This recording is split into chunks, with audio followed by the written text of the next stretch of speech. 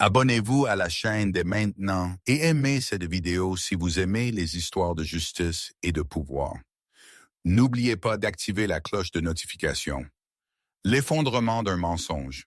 Le son d'une fermeture éclair de manteau lourd en laine qui se ferme. C'était le son qui a mis fin au mariage d'Isabel Vance.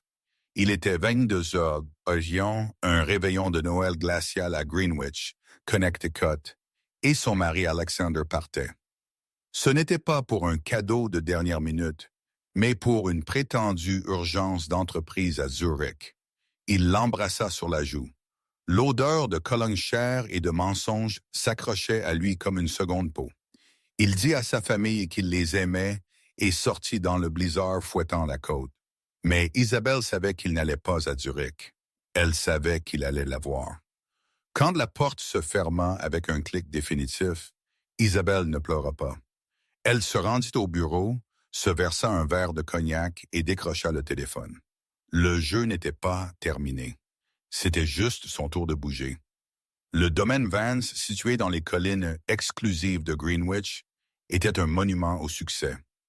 Isabelle, une architecte reconnue nationalement, avait conçu la maison elle-même. C'était un chef-d'œuvre de verre, de cèdre et de calcaire. Et cette nuit-là, elle brillait. Un sapin de 5,5 mètres de haut, chargé d'ornements argentés et blancs sur mesure, s'élevait dans le grand hall. Dehors, c'était un portrait parfait de l'envie suburbaine. À l'intérieur, c'était une scène et les acteurs étaient épuisés. Isabelle se tenait près de l'îlot de cuisine en marbre. Ses mains, des mains capables de dessiner des gratte-ciels, tremblaient légèrement tandis qu'elle servait le dîner de Noël qu'elle avait préparé. Alexander était à l'étage, prenant un appel. Il était toujours en appel. Alexander Vance était un homme qui avait dévoré le rêve américain et qui avait encore faim. En tant que partenaire senior dans une société de gestion de patrimoine privé, il ne se contentait pas de gérer l'argent, il le manifestait.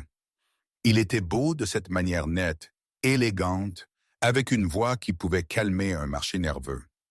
Et Isabelle apprenait, délivrer un mensonge dévastateur avec une sincérité totale. « C'est juste incroyable, Issa. » Il lui avait dit 1 heure plus tôt, l'iPhone pressé à son oreille.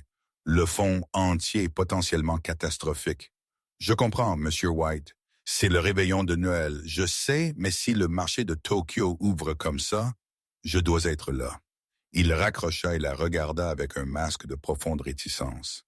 « Issa, je suis tellement désolé. Mon partenaire est à Zurich. Il y a une urgence de conformité, un événement signe noir.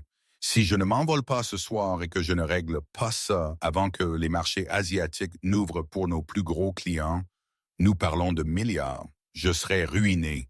Nous serons ruinés. » Isabelle se contenta de hocher la tête. Elle joua son rôle. Elle exprima sa consternation. Elle s'inquiéta de la tempête. Elle l'a même aidé à trouver son passeport professionnel bleu foncé. « Et les enfants ?» demanda-t-elle, sa voix un parfait écho creux. « Dis-leur que papa est Superman et qu'il doit s'envoler pour sauver le monde, » dit-il avec un sourire faible et héroïque. « Je serai de retour le 26. Je promets que je me rattraperai auprès de toi. » Maintenant, il descendait dans ce manteau de laine noire. Les enfants dormaient déjà, leurs bas de Noël suspendus lourdement près de la cheminée, heureusement inconscients. « La voiture est là, » dit-il, évitant ses yeux tout en regardant sa montre. Une élégante Audi A8 noire envoyée par le cabinet. « Alexander, » dit Isabelle doucement. Il leva les yeux impatient. « Qu'y a-t-il, chérie? Je dois vraiment y aller. » Elle s'approcha de lui et lissa le revers de son manteau. Elle le regarda dans les yeux, cherchant même un aperçu de l'homme qu'elle avait épousé, l'étudiant en histoire de l'art qui l'avait séduite, avec des théories sur le brutalisme et un amour partagé pour les après-midi pluvieux. Elle ne trouva rien d'autre que la froide vacuité des yeux bleus. « Fais attention, » murmura-t-elle. Il l'embrassa. Ce fut sec, bref et froid. Une transaction. « Ne m'attends pas, » dit-il, saisissant son bagage à main. « Je t'aime. Dis aux enfants que je les aime. » La lourde porte en chêne se ferma. Le son fut assourdissant dans le silence. Isabelle resta immobile pendant 1 minute entière. Le fantôme de son parfum, Tom Ford de bois de oud, planait dans l'air. Elle se dirigea vers la fenêtre et écarta un rideau de soie. Les feux arrière de la voiture noire disparurent dans la neige tourbillonnante. Zurich, un lieu d'efficacité froide et de secret bancaire. C'était le mensonge parfait. C'était dommage. Elle pensa qu'elle savait qu'il s'envolait en fait pour Aspen et qu'il ne volait pas seul. Elle regarda le village en pain d'épices sur le buffet. Son fils Léo avait construit une petite niche pour leur chien, Rocco. Alexander avait marché dessus plus tôt, écrasant le toit en bonbons et n'avait même pas remarqué. Isabelle retourna à la cuisine. Elle passa devant l'arbre parfait et les cadeaux parfaitement emballés. Elle décrocha son téléphone. Elle n'appela pas sa sœur. Elle n'appela pas sa meilleure amie. Elle appela la seule personne qui comptait. Le téléphone sonna 2 fois. « Croft ici. » Une voix vive et éveillée répondit. « Elisabeth, » dit Isabelle, sa voix soudain dépouillée de toute chaleur fragile. C'était froid. C'était de l'acier. C'est Isabelle Vance. Il y eut une seconde de silence. Est-il parti? Il est parti, Isabelle confirma. Il pense qu'il se dirige vers les Rocheuses avec Beatrice Miller. Il m'a dit que c'était Zurich. L'homme est un cliché ambulant, répliqua Elizabeth Croft, l'avocate en divorce forensique la plus redoutée du pays. Alors nous avons un feu vert. Les huissiers de justice sont en attente. Les dépôts sont faits. Les comptes. Isabelle entra dans son bureau à domicile, celui qu'Alexander appelait toujours sa petite salle de loisirs. Elle s'assit à son bureau, alluma la lampe et ouvrit son ordinateur portable. Un tableur complexe rempli de l'écran, un tableur qu'Alexander n'avait aucune idée existait. « Les comptes sont prêts, » dit Isabelle. « J'ai les nouveaux numéros d'acheminement. Nous déplaçons les fiducies à 9h01. Correct. 9h01 précise, corrigea Elisabeth. Au moment où les banques ouvrent, l'huissier sera à son hôtel à Aspen avant 9h30. Joyeux Noël, Alexander. Isabelle regarda la photo sur son bureau. Une famille souriante dans un parc à thème. Une fiction totale. Joyeux Noël, Elisabeth, dit Isabelle, et elle se mit au travail. Question pour l'audience. Que feriez-vous si vous découvriez que votre partenaire utilisait l'argent de votre famille pour financer une double vie?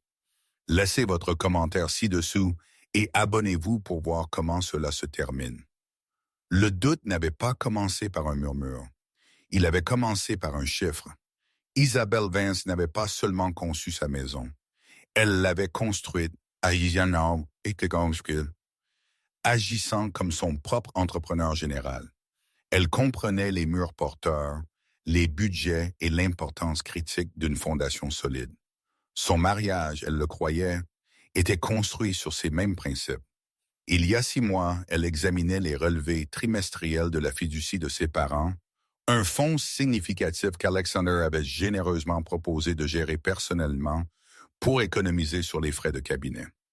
C'était un geste qui semblait touchant à l'époque, mais il y avait une divergence. Un virement bancaire de 75 000 $ à une LLC qu'elle ne reconnaissait pas, Miller Group LLC. Elle l'interrogea à ce sujet. Sa brillance désinvolte était pleinement affichée. « Oh, ça! » Il rit, sans lever les yeux de son iPad. « C'est un investissement providentiel, une nouvelle start-up technologique dans le domaine des matériaux durables. J'ai pensé que ça te ferait plaisir. Il est prévu un rendement de 400 %. Je déplace une partie de notre propre capital là-bas la semaine prochaine. » C'était une réponse parfaite. C'était spécifique, faisait appel à ses intérêts et promettait des profits. C'était aussi un mensonge complet. Isabelle, une femme qui vérifiait les spécifications d'ingénierie structurelle, a fait ses propres recherches. Miller Group LLC avait été enregistré 3 mois auparavant dans le Delaware. Son adresse commerciale était un bureau virtuel à Manhattan.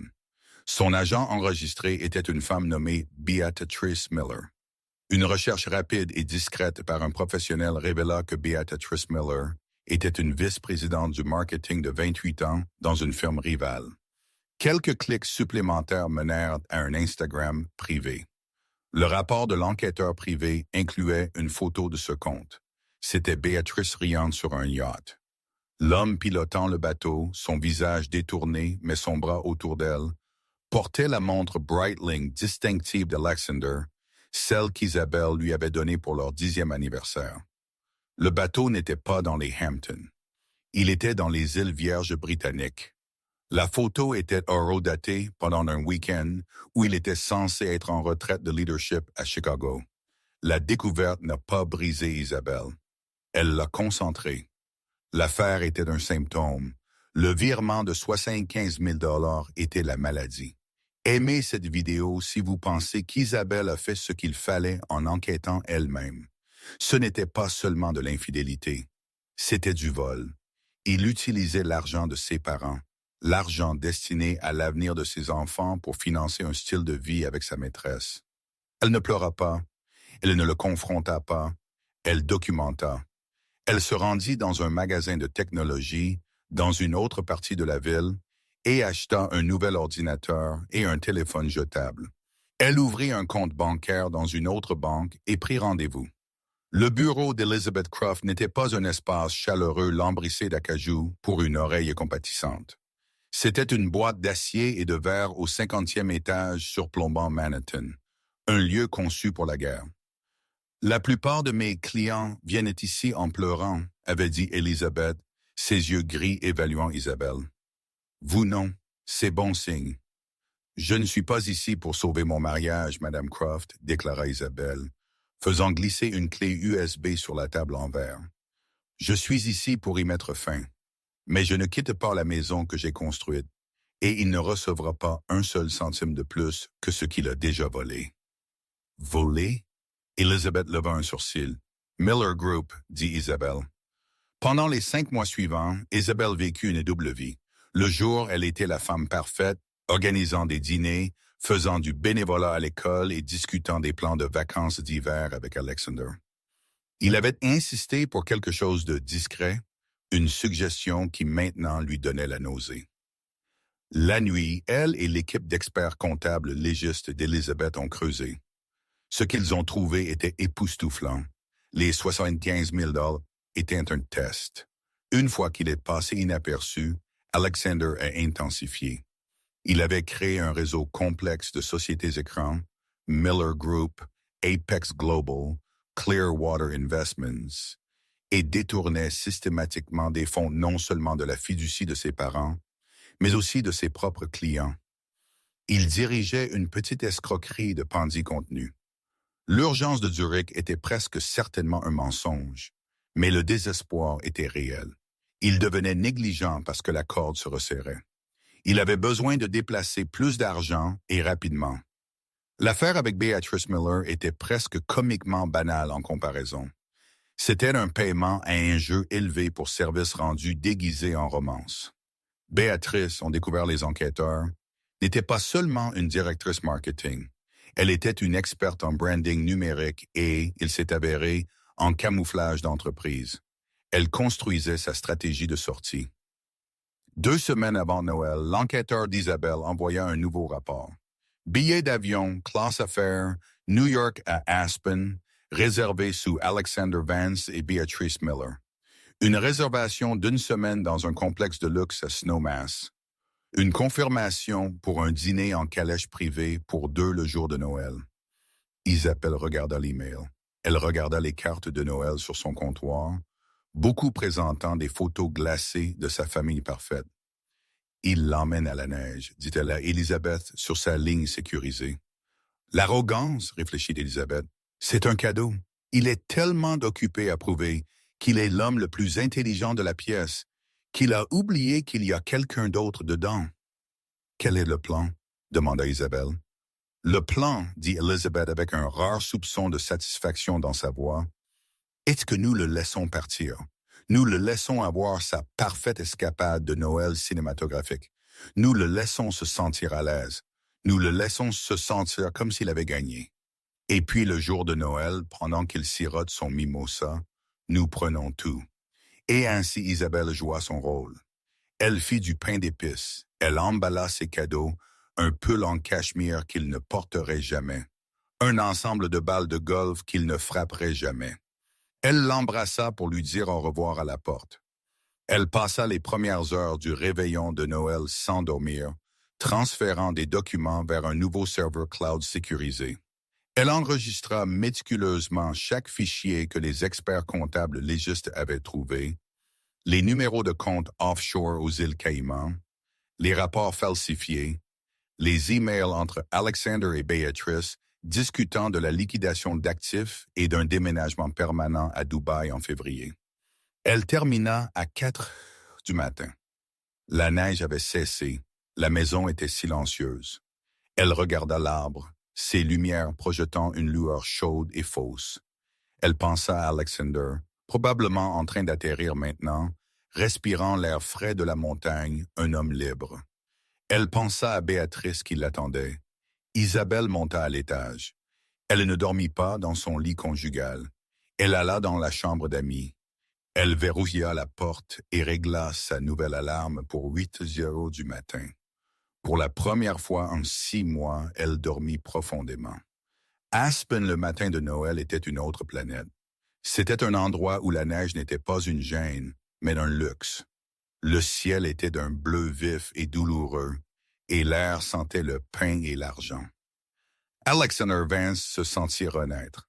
Il était sur le balcon de sa suite, une robe de chambre moelleuse nouée à sa taille et une tasse de café à la main. En dessous de lui, les remontées mécaniques transportaient déjà les premiers skieurs du matin. Il ressentit une sensation profonde et excitante de libération. C'est beau, n'est-ce pas? Béatrice sortit sur le balcon. Elle avait 28 ans. Elle était vive et ambitieuse d'une manière qu'il trouvait enivrante. Elle n'était pas accablée par les réunions de la PTA et les fiducies familiales. Elle regardait vers l'avenir. « Pas mal, sourit-il, embrassant ses cheveux. Tu sens le shampoing cher de l'hôtel. As-tu eu des difficultés à t'échapper? Demanda-t-elle, inclinant sa tête en arrière pour le regarder. Aucune, dit-il, une note de fierté dans sa voix. Isabelle, elle a avalé l'histoire de Zurich en entier. Elle m'aidait à faire mes valises. C'était presque pathétique. Et les enfants dormaient. Ils iront bien. Quelques cadeaux supplémentaires du Père Noël, et ils ne remarqueront même pas que je suis parti. Il fit un geste de la main dédaigneux. Ne t'inquiète pas pour eux. C'est notre moment. C'est le début de notre vie. Il le croyait vraiment. Le déménagement à Dubaï en février était la dernière pièce. Il avait déjà transféré près de 3 millions de dollars sur son nouveau compte. Un autre million devait être compensé avant le nouvel an. Au moment où Isabelle et sa famille de comptables, Dieu, ils étaient si ennuyeux. Finalement remarqueraient les divergences, Louis et Béatrice seraient sur une plage, intouchables. Ils laisseraient à Isabelle la maison et un généreux accord de pension alimentaire.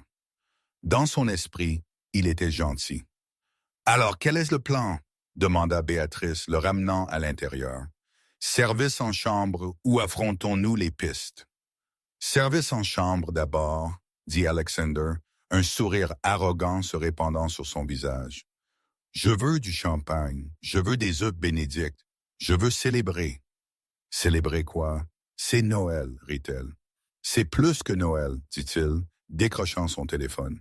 C'est le premier jour de notre nouvelle vie, le jour où nous nous débarrassons enfin du passé. » Il commanda du champagne, 2 mimosas, le bénédict pour lui-même et un plat de fruits pour Béatrice. Il se sentait comme un roi. 1 heure plus tard, il riait dans la lumière du matin, filtrant à travers les fenêtres du sol au plafond. Le champagne était froid, l'air était chaud et la vie était parfaite. « Tu sais, dit Alexander, je devrais probablement vérifier mes emails professionnels juste pour m'assurer que le monde n'a pas vraiment pris fin. Les partenaires de Zurich appelleront pour prendre des nouvelles. » Il fit un clin d'œil. « Oh, bien. » Béatrice fit de la moue. « Mais ne sois pas long. »« 5 minutes, promit-il, récupérant son ordinateur portable. Il se connecta. Le courrier indésirable habituel, des rapports de marché, une newsletter. Puis il le vit. Un email de Croft & Associates LLP. L'objet était avis de procédure judiciaire. Son sang se glaça. Il avait entendu le nom d'Elizabeth Croft, le requin en Chanel, la femme que vous engagez quand vous voulez incinérer votre conjoint. Pas seulement divorcer d'eux. Alexander, qu'y a-t-il? Tu as l'air d'avoir vu un fantôme. Il ne répondit pas. Ses mains tremblaient. Il cliqua sur l'email. C'était un PDF, une pétition de 150 pages pour la dissolution du mariage. Il fit défiler, le langage juridique s'estompa. Puis il vit les mots « demande une ordonnance restrictive immédiate et temporaire ». Allègue la dissipation d'actifs matrimoniaux et non matrimoniaux. Pétition pour la garde exclusive des enfants mineurs.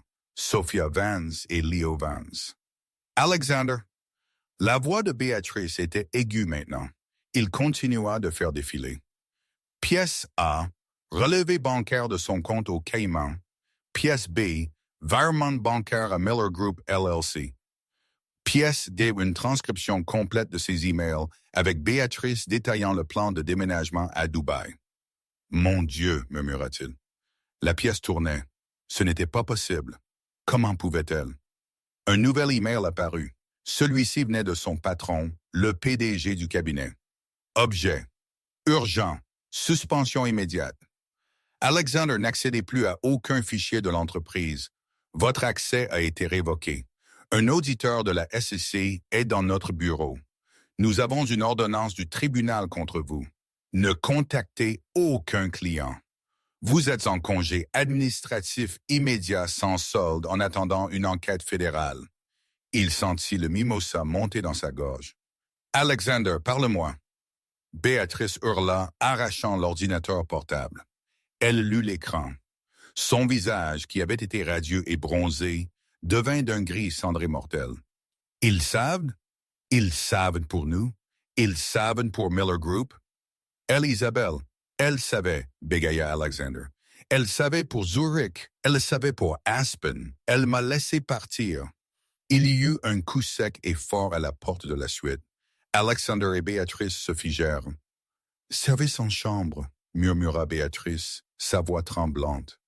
Le coup vint de nouveau plus fort. « Monsieur Alexander Vance, Monsieur Vance, j'ai une livraison pour vous. C'est de votre femme. » Alexander regarda la porte, puis Béatrice. Le roi venait d'être mis échec et mat. « Alexander, » dit Béatrice, ses yeux grands de panique. « Qu'as-tu fait? »« Qu'ai-je fait? » cria-t-il. « Qu'avons-nous fait? Tu étais dans le coup. N'ose pas rejeter cela sur moi. » Le coup vint de nouveau. Final. Monsieur Vance, par ordre de la Cour, vous êtes légalement signifié. Et Monsieur Vance, la police d'État est en route. Vous ne devez pas quitter cet hôtel. Alexander s'enfonça dans le canapé en dime chair. Sa vie, si soigneusement construite, venait d'être démolie et l'architecte de sa destruction était sa femme calme et discrète, qu'il avait supposée être à la maison en train de faire des biscuits. Commentez vos pensées ci-dessous. Pensez-vous qu'Alexander mérite cette fin? Aimez et abonnez-vous. Pendant qu'Alexander Vance recevait son cadeau de Noël à Aspen, Isabelle Vance exécutait la deuxième phase de son plan. À 9h01 du matin, elle était en appel vidéo sécurisé avec Elizabeth Croft et un représentant bancaire. « Madame Vance, dit le banquier, nous sommes prêts. Avec votre autorisation, nous exécuterons les virements bancaires conformément à l'ordonnance du tribunal, déplaçant les actifs liquides des comptes conjoints et des fiducies des enfants vers les nouveaux comptes séquestres protégés. »« Procédez, s'il vous plaît, dit Isabelle, sa voix calme. »« Et la fiducie familiale ?» demanda Elisabeth. « La requête pour une injonction d'urgence de geler la fiducie familiale Vance en attendant une enquête sur la gestion frauduleuse de M. Vance a été accordée. Alexander Vance n'a plus d'autorité de signature sur les fonds de ses clients, à compter de maintenant. » Isabelle ne ressentit aucun triomphe, juste un soulagement silencieux et pur. La première tumeur avait été excisée. À 10h du matin, une grande fourgonnette banalisée s'est garée dans son allée. 2 hommes en coupe-vent en sont sortis. Ce n'étaient pas des déménageurs. C'étaient des serruriers numériques. En 20 minutes, ils avaient changé les codes du garage, des portes et du système de sécurité intelligent de la maison. Les codes d'accès sur le téléphone d'Alexander et dans sa voiture étaient maintenant nuls. À 10h30 du matin, Isabelle se rendit dans les chambres des enfants. Sophia et Léo étaient réveillés, euphoriques de l'euphorie sucrée post-Père Noël, fouillant dans leurs bas. « Maman, regarde! Le Père Noël m'a apporté le nouveau set Lego! » cria Léo. « Il a mangé les biscuits, » ajouta Sophia, montrant l'assiette vide. Isabelle sourit, un sourire sincère cette fois. « Il l'a fait. Maintenant, aimeriez-vous un autre cadeau? »« Oui. Allez faire vos valises pour une nuit. Nous allons chez Tante Sarah pour quelques jours, qu'elle va faire ses célèbres crêpes au petit déjeuner. » Cela fut accueilli par des cris de joie. Sa sœur Sarah habitait à 3 villes de distance et sa maison était amusante, ce qui signifiait moins de règles et plus de céréales sucrées. Pendant que les enfants emballaient frénétiquement leurs jouets, Isabelle entra dans sa propre chambre. Elle fit une valise pour elle-même et 2 pour les enfants. Elle prit son passeport, les passeports des enfants et les sauvegardes de disques durs de son bureau. Elle n'emballa pas un seul article pour Alexander. Elle laissa son placard avec ses rangées de costumes sur mesure et de chaussures italiennes intactes. Elle laissa ses articles de toilette sur la coiffeuse en marbre. Elle laissa leurs photos de mariage sur la table de chevet. Elle voulait qu'il la voie. À 11h30 du matin, elle chargea les enfants et Rocco dans son Range Rover. Alors qu'elle descendait l'allée, un autre véhicule entrait. C'était une berline blanche avec un logo sur le côté. Suze International Realty. Une femme en élégant manteau rouge en sortit. C'était Rebecca Vale, la meilleure agente immobilière du comté de Fairfield et une ancienne connaissance d'Isabelle. « Isabelle, » dit Rebecca, son expression un mélange d'affaires et de sympathie. « Le timing est agressif, mais j'adore. » « L'ordonnance du tribunal est déjà dans votre boîte de réception, Rebecca, » dit Isabelle par la fenêtre ouverte, les enfants heureusement distraits par leurs iPads. « Je veux qu'elle soit mise en scène, je veux qu'elle soit listée, et je veux qu'elle soit vendue rapidement. »« Rapidement, Isabelle, c'est le jour de Noël, le marché est mort jusqu'en février. »« Pas pour cette maison, » répliqua Isabelle. « Vous connaissez les spécifications. Vous savez ce qu'elle vaut. Le tribunal a approuvé une vente d'urgence pour empêcher la dissipation des actifs matrimoniaux, spécifiquement pour empêcher mon mari d'utiliser l'équité pour payer ses frais juridiques. » Les yeux de Rebecca s'écarquillèrent.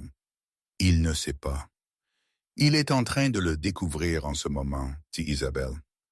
Rebecca sourit. C'était le genre d'annonce légendaire dont les agents rêvaient. Je la listerai comme le chef-d'œuvre personnel de l'architecte. Nous pouvons obtenir une prime. Listez-la comme vous voulez, Rebecca, dit Isabelle, passant la vitesse. Vendez-la, c'est tout. À 14h, un panneau bientôt disponible était planté dans la pelouse. À 15h15, une équipe de mise en scène envahissait la maison, retirant toutes les photos personnelles, les dessins des enfants du réfrigérateur, l'encombrement habité. Il la neutralisait, la transformant d'une maison en un produit. Isabelle arriva chez sa sœur à l'odeur de cannelle et de café. Sarah ouvrit la porte et la regarda simplement. Puis elle la tira dans une étreinte féroce. « C'est fait ?» murmura Sarah.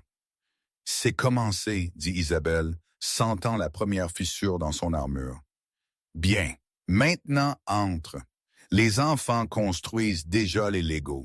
J'ai des mimosas et tu vas tout me raconter en commençant par le regard sur le visage de ce crétin quand il va découvrir. »« Je ne sais pas, » dit Isabelle, « mais j'ai le sentiment que je vais bientôt recevoir un appel. » Elle avait raison. À 16h15, son nouveau téléphone jetable, celui que seuls Elisabeth et Sarah avaient, vibra. L'identifiant de l'appelant était un indicatif régional du Colorado. Elle le laissa sonner et sonner. Puis une notification de message vocal. Elle le laissa sonner de nouveau. Un autre appel, un autre message vocal. Et de nouveau, la 4e fois, elle répondit. Elle appuya sur le bouton d'enregistrement, tout comme Elisabeth l'avait instruit. Isabelle, Isabelle, qu'est-ce qui se passe, bordel? Sa voix était un rugissement brut et paniqué, le son d'un dieu découvrant qu'il était mortel. Isabelle tint le téléphone éloigné de son oreille. Isabelle, tu es là? Qu'est-ce que c'est que c'est? Qu'as-tu fait? Mes comptes sont gelés. Mon patron m'a appelé. Il y a des gardes ici. Issa, c'est Isabelle, dit-elle, sa voix incroyablement froide. Quoi? Mon nom, c'est Isabelle. Il y a eu un silence stupéfait. Tu as fait ça. C'est à propos de l'argent. Tu détruis nos vies. Tu détruis la famille. Pourquoi? À cause d'une erreur. Une erreur, Alexander? Demanda Isabelle. Elle était à la fenêtre de la cuisine de sa sœur, regardant ses enfants construire un bonhomme de neige dans le jardin. Ils avaient l'air heureux. Était-ce une erreur quand tu as transféré 75 000 $ de la fiducie de mes parents? Ou était-ce les 2 millions que tu as siphonnés vers Apex Global, qui n'est qu'une autre des sociétés écrans de ta petite amie? La ligne devint morte de silence. Il respirait fort. Comment? Bégaya-t-il. Comment as-tu fait? Tu es un gestionnaire de patrimoine, Alexander, mais tu n'es pas un très bon criminel. Tu es devenu négligent. Tu m'as sous-estimé. Tu pensais que j'étais juste la femme, celle qui conçoit des maisons et organise des fêtes. Tu as oublié que je suis celle qui construit des choses. Et la tienne, elle dit que c'était de la merde.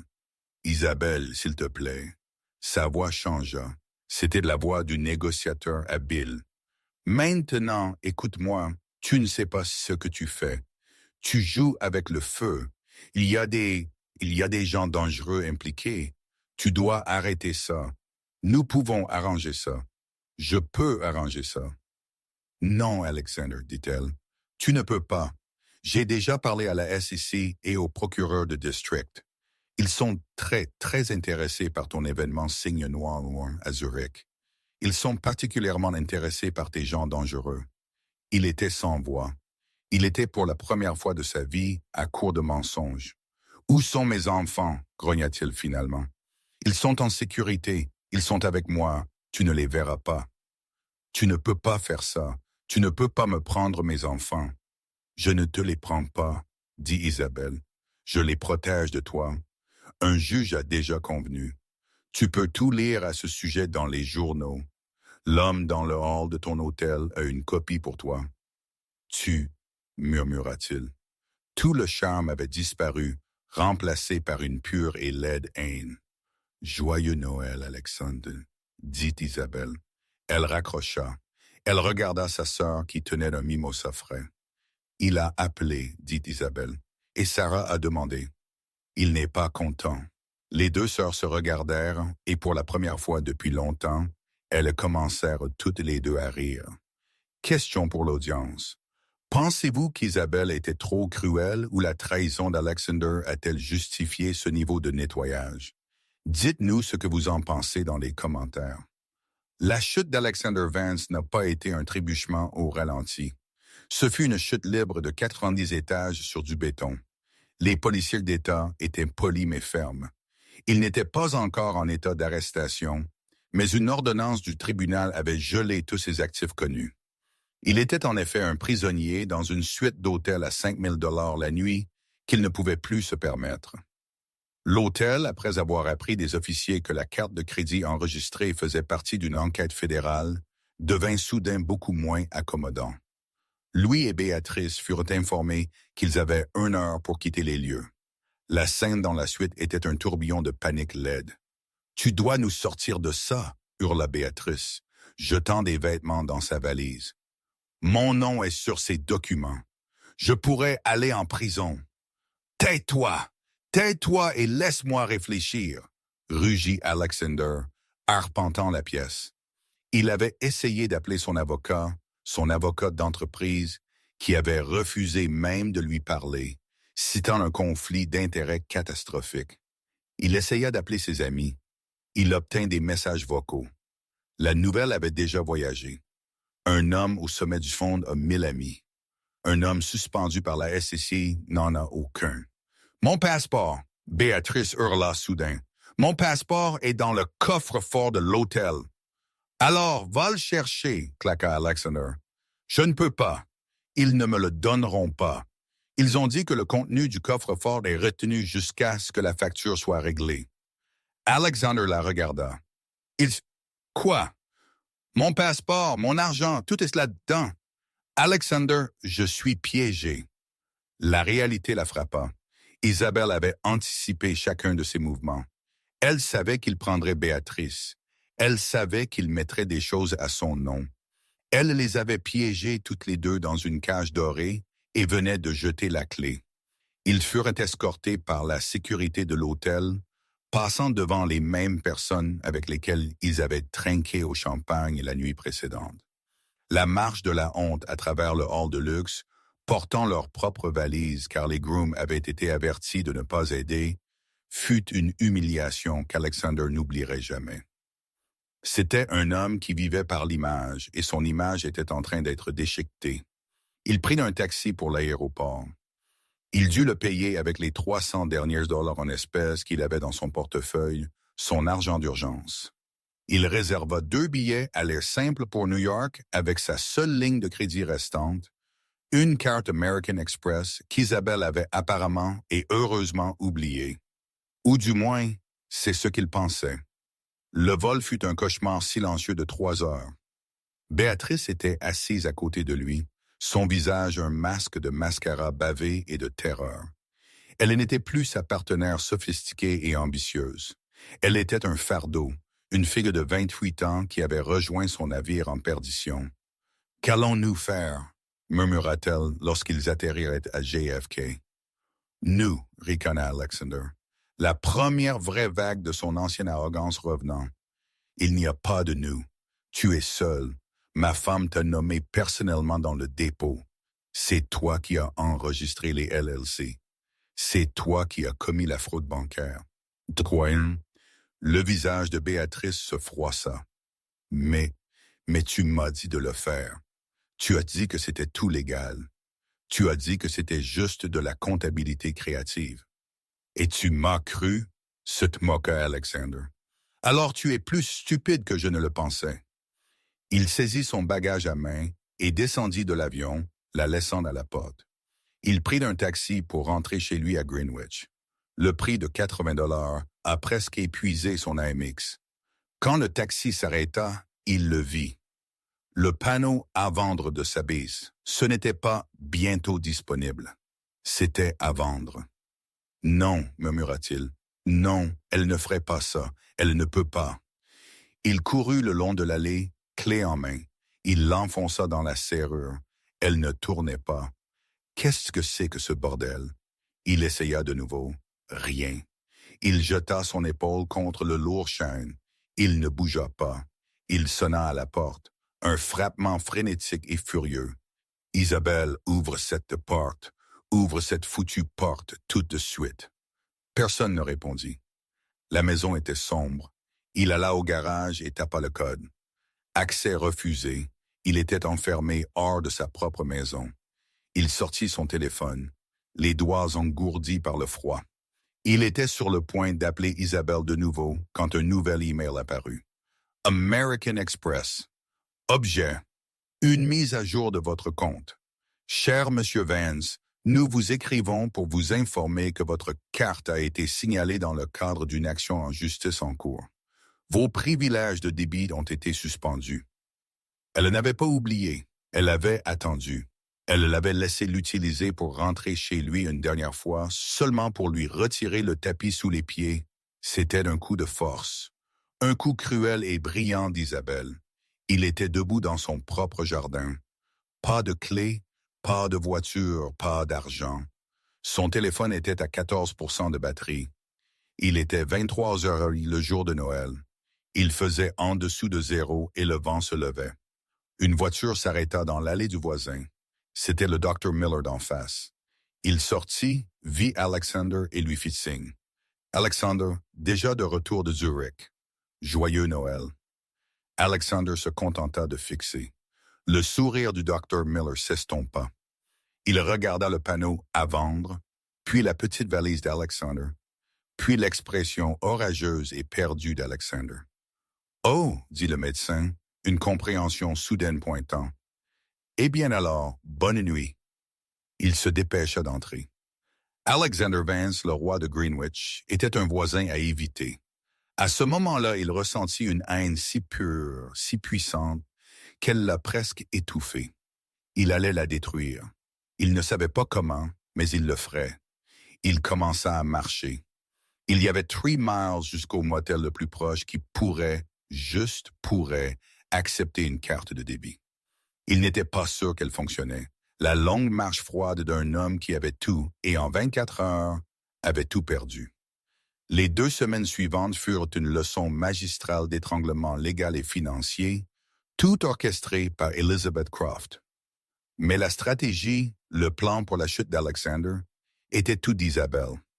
Alexander avait réussi à obtenir un avocat de la défense pénale à bas prix, un homme nommé Arthur Gill, qui devait être payé avec un prêt à taux d'intérêt élevé garanti par la maison de retraite des parents d'Alexander.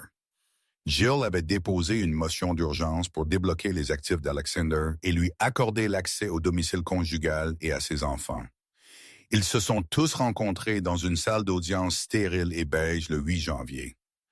Alexander, plus mince et dans un costume mal ajusté qu'il avait dû acheter dans un grand magasin, s'assit à une table l'air hagard. Isabelle, dans un tailleur gris anthracite, ses cheveux en un chignon sévère et élégant, était assise à l'autre. Elle avait l'air d'être là pour donner une conférence principale, pas pour démanteler une vie. « Votre honneur », commença Gill, sa voix un bourdonnement monotone. « Mon client a été injustement traité de manière flagrante. Il a été verrouillé hors de son domicile, ses comptes bancaires gelés, et le plus cruel de tout, interdit de voir ses enfants. Tout cela basé sur les allégations hystériques et infondées d'une épouse vengeresse. « Objection, dit Elizabeth Croft. La caractérisation de hystérique par le Conseil est misogyne, et son allégation d'infondée est un mensonge prouvable. » Retenu, soupira le juge, regardant par-dessus ses lunettes. « Allez droit au but, monsieur Gill. » « Le point, votre honneur, continua Gill, est que Madame Vance n'a aucun droit de vendre le domicile conjugal. C'est un actif commun. Elle tente de le liquider par dépit. »« Est-ce le cas, mademoiselle Croft ?» demanda le juge, se tournant. Elizabeth Croft se leva. Elle tenait un document relié unique. « Votre honneur, commença-t-elle, sa voix nette. Nous ne tentons pas de vendre la maison. Nous vendons la maison. La clôture est prévue pour ce vendredi. » « Quoi? » Alexander se leva à moitié de sa chaise. « Vous ne pouvez pas vous asseoir, monsieur Vance, » claqua le juge. « C'est un scandale, » bégaya Gill. « Elle ne peut pas vendre la maison sans la signature de mon client. »« Elle le peut, » dit Elizabeth, baissant sa voix, « quand elle est le seul nom sur le titre de propriété. » La salle d'audience devint silencieuse.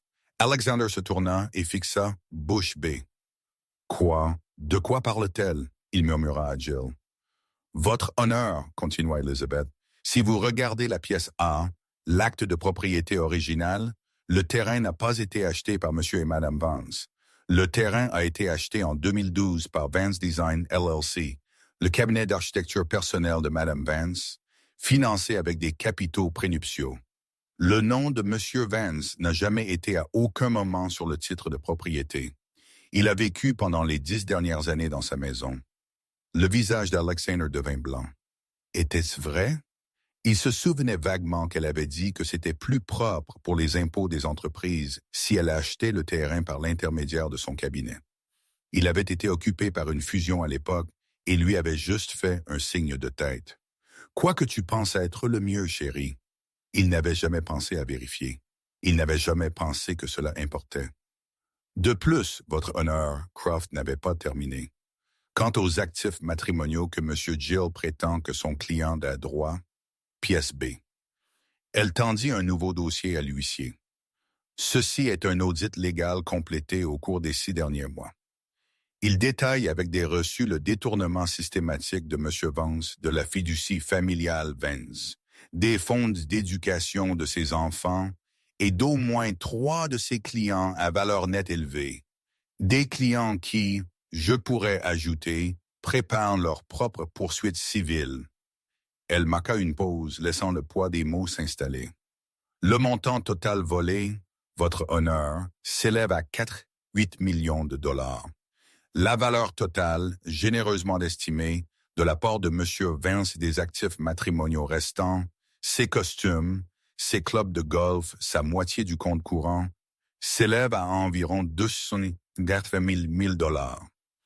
Elle se tourna pour la première fois pour regarder directement Alexander.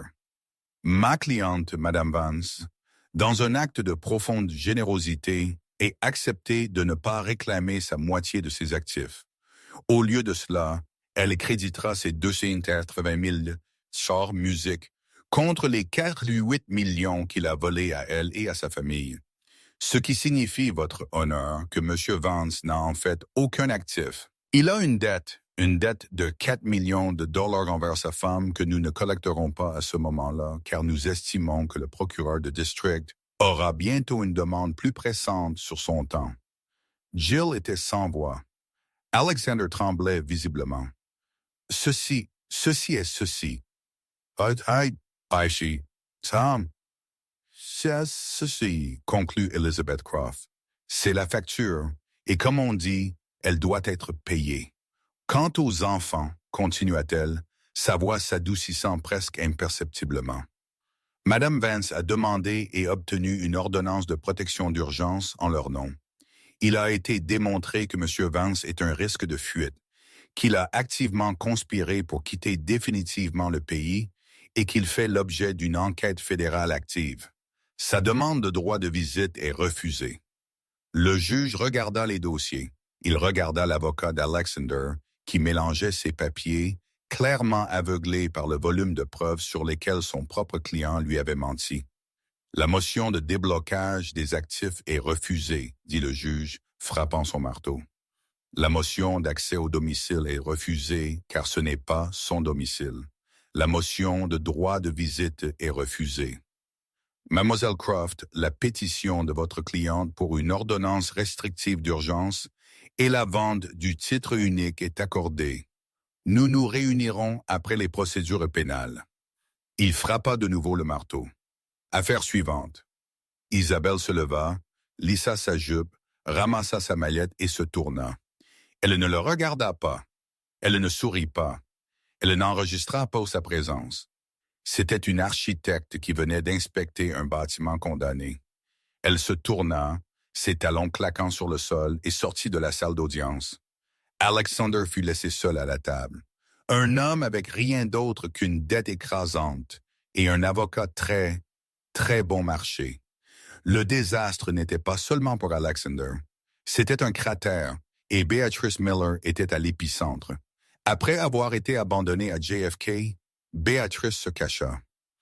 Elle se rendit à son appartement moderne à Soho seulement pour constater que les serrures avaient été changées. L'appartement, il s'est avéré, était loué par Miller Group LLC, et puisque tous les actifs de cette corporation étaient gelés, le propriétaire l'avait légalement enfermé dehors. Elle a reçu son propre ensemble de papiers à son bureau, où elle a été licenciée immédiatement. Elle était également maintenant le sujet d'une enquête fédérale. Elle et Alexander eurent une dernière rencontre pathétique dans le hall d'un hôtel économique près de l'aéroport. Le seul endroit où ils pouvaient se voir sans être repérés. « Tu dois arranger ça, Alexander », plaida-t-elle dans un murmure silencieux. « Tu dois leur dire que je n'avais aucune idée. Tu dois leur dire que j'étais juste ton assistante. » Alexander la regarda avec des yeux morts. Le charme, l'esprit, la confiance de haut vol, tout avait disparu. Épuisé. « Mon assistante, dit-il d'une voix rauque, tu étais ma partenaire. C'est toi qui as trouvé les banques offshore. C'est toi qui as conçu le branding du Miller Group. C'est toi qui m'as dit qu'Isabelle était une femme trophée simple d'esprit qui ne comprendrait jamais. Je, bégaya-t-elle, j'étais amoureuse de toi. Tu étais amoureuse de l'argent, rétorqua-t-il. Nous l'étions tous les deux et nous avons perdu. Alors quoi maintenant? Demanda-t-elle, les larmes aux yeux. Maintenant, Alexander laissa échapper un rire sombre et creux. Maintenant, c'est chacun pour soi. Mon avocat Jill est un fou, mais il a dit une chose intelligente. Il a dit, les fédéraux n'ont pas de dossier à moins qu'ils ne puissent prouver l'intention. Ils ont besoin de quelqu'un pour témoigner. Les yeux de Béatrice s'écarquillèrent d'horreur. Témoigner? Le premier à parler, le premier à accepter un accord est celui qui s'en sort, dit Alexander se penchant. L'autre est celui qui porte la chute. Le cerveau. Tu ne ferais pas ça, allaita-t-elle. Alexander, tu ne ferais pas ça. Il se leva. Il n'avait pas $1 à son nom, mais il la regarda avec tout le dédain du millionnaire qu'il était auparavant. Joyeux Noël, Béatrice, dit-il et s'éloigna, la laissant réaliser qu'il était déjà en route vers le bureau de son avocat pour faire précisément cela. Beatrice Miller, la jeune femme ambitieuse qui voulait tout avoir, était sur le point de devenir la témoin vedette contre Alexander Vance en échange d'une négociation de plaidoyer, une qui la verrait tout de même purger 18 mois dans une prison à sécurité minimale, mais lui épargnerait la peine de 10 à 15 ans à laquelle Alexander était confronté pour fraude bancaire et détournement de fonds. Elle avait volé trop près du soleil et Alexander, dans un dernier acte de survie égoïste, lui avait arraché les ailes pour se sauver. La journée portes ouvertes pour le domaine Vance était le sujet de conversation de la ville. Rebecca Bell ne l'a pas commercialisé comme une vente de divorce, mais comme une opportunité, le chef-d'œuvre privé d'un architecte offert à la vente immédiate. La maison était impeccable. L'équipe de mise en scène avait remplacé les meubles personnels chaleureux d'Isabelle par des pièces froides, modernes et aspirationnelles. Elle ressemblait à une couverture de magazine. Elle ressemblait à un endroit où personne n'avait jamais vécu. Le jour de la vente, Isabelle ne s'est pas assise dans le bureau de son avocat. Elle s'est assise dans sa nouvelle maison temporaire, un élégant penthouse loué surplombant Central Park. Elle avait ses enfants, son chien et sa sœur. Elle était devant son ordinateur portable. La maison, en raison de la nature très médiatisée de l'affaire, qui avait fuité à l'horreur d'Alexander, était vendue aux enchères à huis clos à des acheteurs préqualifiés. « Il est temps, dit Sarah, versant 2 verres de vin, même s'il n'était que 11 heures du matin. « Il est temps, Isabelle accepta. Son téléphone vibra. C'était Rebecca Vale. « Isabelle, êtes-vous assise? »« Je le suis. »« Nous avons les offres. Nous en avions 4. Toutes fortes. Les voisins d'en face, un milliardaire de la technologie, un cadre de hôpital local et une d'une société holding dont je n'ai jamais entendu parler, North Star Properties LLC. Isabelle sourit. Isabelle, vous n'allez pas le croire. Le milliardaire a offert 8,5 millions. Le cadre de hôpital a offert 8,2, mais cette offre de North Star, ils ont offert 9 millions, tout en espèces, sans inspection, clôture en 10 jours. C'est l'offre la plus propre et la plus forte que j'ai jamais vue de ma vie. C'est un miracle. Ce n'est pas un miracle, Rebecca, dit Isabelle, prenant une gorgée de son vin. C'est un plan. Il y eut un long silence à l'autre bout de la ligne. Isabelle, North Star Properties LLC. Ce n'est pas vous, n'est-ce pas? Je l'ai conçu, dit Isabelle, sa voix légère. Je l'ai construite. Je ne laisserai pas un étranger la voir. La banque était heureuse de financer le rachat, compte tenu des 4,5 millions de restitutions que je reçois du gouvernement une fois qu'ils auront saisi les autres comptes offshore d'Alexander. Rebecca était sans voix. Alors, s'il vous plaît, acceptez l'offre, Rebecca, continua Isabelle. Je paierai votre commission complète, bien sûr. Isabelle Vance venait de vendre sa propre maison à elle-même. Pourquoi? Parce qu'Alexander, dans son arrogance, avait mis à profit la valeur future de la maison dans son escroquerie de Ponzi. Il avait contracté une ligne de crédit hypothécaire frauduleuse secrète de 2 millions de dollars contre sa maison en forgeant sa signature. En vendant la maison, elle liquidait les privilèges frauduleux. En la rachetant dans une transaction de gré à gré entièrement en espèces par l'intermédiaire de sa nouvelle LLC immaculée, elle nettoyait le titre. Elle coupait le lien financier final avec Alexander Vance pour toujours. Il n'avait pas seulement perdu la maison. Il avait perdu la dette qui y était associée, qui était maintenant sa seule responsabilité pénale. C'était le dernier mouvement. Brillant. La touche finale de l'architecte. Elle ferma son ordinateur portable. Ses enfants accoururent dans la pièce tenant un dessin. « Maman, regarde, c'est notre nouvelle maison, » dit Sophia, brandissant un dessin au crayon d'un gratte-ciel. « C'est magnifique, ma chérie, » dit Isabelle, serrant ses enfants dans ses bras. « Mais nous n'allons pas y vivre, » demanda Léo, confus. « Non, » dit Isabelle, un vrai sourire se répandant sur son visage. « Nous rentrons à la maison. » Elle était partie. Oui, elle avait laissé les mensonges, la trahison et la coquille vide de son mariage. Mais elle l'avait fait en tournant autour du pâté de maison, en sécurisant son périmètre et en retournant à sa forteresse. Non pas comme une victime, mais comme la victorieuse. Alexander avait essayé d'incendier sa maison, ne réalisant pas qu'elle était celle qui avait le plan, le titre et les allumettes. Isabelle Vance n'a pas seulement survécu, elle a démantelé. Elle a utilisé sa propre arrogance, sa propre avidité et sa propre sous-évaluation d'elle comme les outils mêmes de sa destruction. Elle a prouvé que la femme parfaite n'est pas celle qui se contente de faire des biscuits. C'est celle qui lisait les relevés bancaires depuis le début.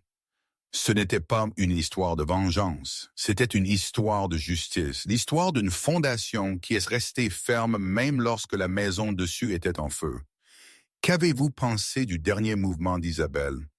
Était-ce du pur génie ou était-ce plus froid que Noël à Aspen? Dites-nous ce que vous en pensez dans les commentaires ci-dessous.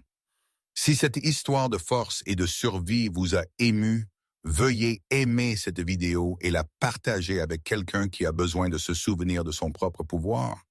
Et n'oubliez pas de vous abonner à la chaîne pour plus d'histoires de la vie réelle sur le moment où les opprimés ont enfin leur tour de